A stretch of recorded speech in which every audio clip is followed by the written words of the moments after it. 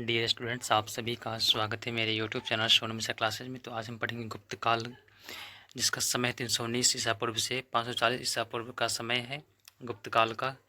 इस गुप्त काल से जितने ही प्रश्न बनेंगे सभी प्रश्न को मैं इस वीडियो के माध्यम से लेकर के आया हूँ, ताकि आप सभी का रिवीजन अच्छे तरीके से हो जाए। तो आप सभी वीडियो के साथ अंत तक बने रहेंगे, है ना। तो चलिए देखते हैं प्रश्न को।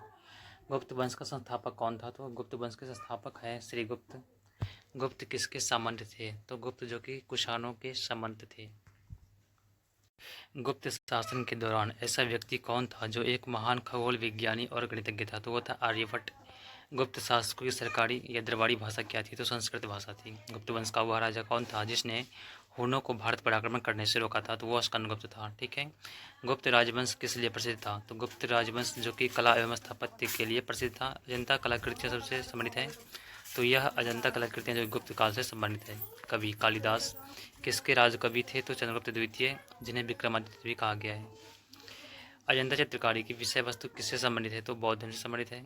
उत्तर गुप्त युग में जो विश्वविद्यालय प्रसिद्ध हुआ था वह था नालंदा विश्वविद्यालय। एरन अभिलेख का संबंध किस शासक से है? तो भानुगुप्त से है। इसी अभिलेख से हमें सती प्रथा के बारे में जानकारी मिलती है, जिसमें किसी भोजराज की पत्नी की मृत्यु होती है तो उनमें है ना जला दिया जाता है उसके मतलब पत्नी को साथ में, ठीक है ना। फायान किसके शासनकाल में भरता था? तो फायान जो कि चंद्रगुप्त द्वितीय के शासनकाल में भरता था। भारतीय संस्कृति का स्वर्ण युग तो गुप्त काल है। फायान कहाँ का निवासी था? चीन का।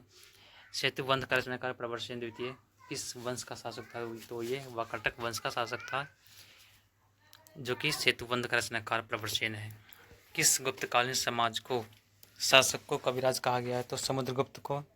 स्कंदगुप्त को किस स्तंभ लेख में सक्रुपम कहा गया है? तो कौम स्तंभ लेख में इसे सक्रुपम कहा गया है स्कंदगुप्त को। फायान और वेनसांग ने किनके राज्यों को देखा था? तो चंद्रगुप्त, विक्रमादित्य एवं हर्षवर्धन, है ना, क्रमशः। धनवंतरी थे कौन? चंद्रगुप्त विक्रमादित्य के राज दरबार के नवरत्न में से एक, जो कि प्रसिद्ध चिकित्सक थे, है ना। गुप्तकालीन शासन प्रणाली किस प्रकार की थी? वो राजतंत्रात्मक थी। गुप्त स्थापत्य कला का सर्वोत्कृष्ट मंदिर कौन सा है? तो वह देवगढ़ का दशावतार मंदिर। अजंता की गुफाओं में किन गुफाओं का निर्माण गुप्त काल में हुआ था? तो 16, 17 एवं 19 गुफाओं में, है ना। ये 3 गुफाओं में गुप्त काल निर्माण हुआ था। अमरकोश के लेखक अमर सिंह किस शासक के दरबार से जुड़े थे? तो चंद्रगुप्त। गुप्त संवत 319 से 320 को प्रारंभ करने का श्रेय किसे दिया जाता है? तो चंद्रगुप्त प्रथम को। चंद्रगुप्त प्रथम ने गुप्त संवत का प्रारंभ किस उपलक्ष्य में किया था? तो अपने राज्यारोहण के स्मारक के रूप में। नगरों का क्रमिक पतन किस काल की एक महत्वपूर्ण विशेषता थी? तो गुप्त काल की। किस वंश के शासकों ने मंदिरों एवं ब्राह्मणों को सबसे अधिक ग्राम अनुदान में दिए थे? तो गुप्त वंश के शासकों ने। दिल्ली के मेहरौली को कुव्वत उल इस्लाम मस्जिद के प्रांगण में स्थित प्रसिद्ध लौह स्तंभ किसकी स्मृति में है? तो चंद्रगुप्त। कालिदास द्वारा रचित मालविका का अग्निमित्रम नाटक का नायक था कौन? तो अग्निमित्र। समुद्रगुप्त की सैनिक उपलब्धियों का वर्णन उसके किस अभिलेख में उपलब्ध है? तो प्रयाग स्तंभ अभिलेख में। किस काल में स्त्रियों की पुरुषों से बराबरी थी? तो गुप्त काल में स्त्रियों की पुरुषों से बराबरी हुआ करती थी। भारत का नेपोलियन जो कि समुद्रगुप्त को कहा गया है। इतिहासकार विसेंट स्मिथ ने अपनी पुस्तक अर्ली हिस्ट्री ऑफ इंडिया में समुद्रगुप्त की वीरता एवं विजय पर मुग्ध होकर उसे भारतीय नेपोलियन की संज्ञा दी है। तक्षशिला विश्वविद्यालय स्थित था कहाँ? तो भारत में था, लेकिन वर्तमान में भी पाकिस्तान में हो गया है, जो कि प्राचीन काल में यह शिक्षा का प्रमुख केंद्र था। चाणक्य, चरक आदि ने यहीं से शिक्षा भी प्राप्त की है। किस राजा का एक अन्य नाम देवगुप्त भी था? तो चंद्रगुप्त द्वितीय का नाम जो कि देवगुप्त भी था और विक्रमादित्य भी था, है ना। प्रथम गुप्त शासक जिसने परम भागवत की उपाधि धारण की थी वो चंद्रगुप्त द्वितीय ही है। प्रयाग प्रशस्ति किसके सैन्य अभियान के बारे में जानकारी देती है? तो समुद्रगुप्त के। गुप्त सम्राट जिसने हुनों को पराजित किया था वह कौन था? तो स्कंदगुप्त। शक विजेता किसे कहा जाता है? तो चंद्रगुप्त द्वितीय को कहा जाता है। रजत सिक्के जारी करने वाला प्रथम गुप्त शासक कौन था? चंद्रगुप्त द्वितीय।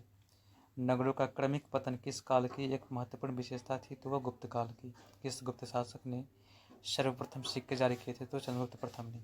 कौन सा राजवंश हुनों के आक्रमण से अत्यंत विचलित हुआ था? तो गुप्त वंश। अजंता गुफाओं की शरीखी जैसी गुफाएं मध्य प्रदेश में कहाँ पे है? तो वागधार में स्थित है। गुप्त वंश ने किस अवधि में शासन किया था? तो 319 से 500 ईस्वी के बीच। बाल विवाह की प्रथा आरंभ हुई थी गुप्त काल में ही, है ना। यूरोपीय भाषा में अनुवादित प्रथम भारतीय ग्रंथ कौन सा है? तो कुमार संभवम। सती प्रथा का पहला उल्लेख कहाँ से मिलता है? तो एरन अभिलेख से मिलता है। मिहिर कुल का संबंध था हुनों से। गुप्त राजा जिसने विक्रमादित्य की पदवी ग्रहण की थी वो चंद्रगुप्त द्वितीय, जो मैंने पहले बतला दिया है। गुप्त काल में उत्तर भारतीय व्यापार किस पत्तन से संचालित होता है? तो ताम्रलिप्त से। गुप्त शासकों द्वारा जारी किए गए चांदी के सिक्के कहलाते थे रूपक। किस गुप्त शासक को नालंदा विश्वविद्यालय का संस्थापक माना गया है? तो कुमार गुप्त प्रथम को माना गया है नालंदा विश्वविद्यालय का संस्थापक। पुनर्वर्धन भक्ति अवस्थिति कहाँ? तो उत्तर बंगाल में। वह प्रथम भारतीय विद्वान कौन था जिसने गणित को एक पृथक विषय के रूप में स्थापित किया था? तो आर्यभट्ट ने। तांबा का सिक्का जारी करने वाला गुप्त शासक कौन था? तो रामगुप्त। कालिदास की किस कृति की गिनती विश्व की 100 प्रसिद्ध साहित्यिक कृतियों में होती है? तो अभिज्ञान शाकुंतलम में।